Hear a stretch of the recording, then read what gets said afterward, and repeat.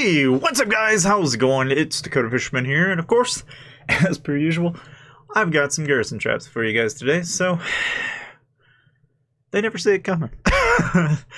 Now, of course, again, to those of you who are still curious as to how this is done, you can look it up. I've got a video on it, and of course BR6 has got a video on it, and frankly, well, there's a lot of content there in case you guys want to learn how to do this. But so basically, right, this guy, he hits the baby account, which has a lot of resources on it, and he's wanting the resources because he's super sketched, right? Because he knows something's wrong here. That there's this army coming back. He's like, this doesn't seem right. I just don't trust this. So you let him hit it a couple times because they get comfortable. And they start to think to themselves, well, maybe, just maybe, I can get away with this. And that's what they want to think, right? And that's the beauty of this, is that you take advantage of greed, and I love it. Because as soon as this guy gets a little too greedy, and by all means, they get greedy, just like any particular trap, boom, it's gone. And they ain't getting it back. It's gone. No more. Nada. Now, of course, the one thing I love about this particular type of trap is it doesn't matter who you mess with. It can be a Billy Mike, it can be somebody small, but 80,000 dead tier 3 in that one.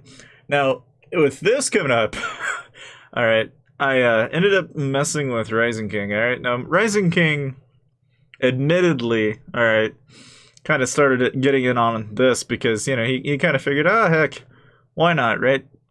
And of course, he kind of put himself in a position where it is basically mano y mano between us. We were having to duke it out. Whose gear was better? Which composition was better? Between all cavalry, all infantry, all range versus 125k across. And I was just about there with that 50% boost.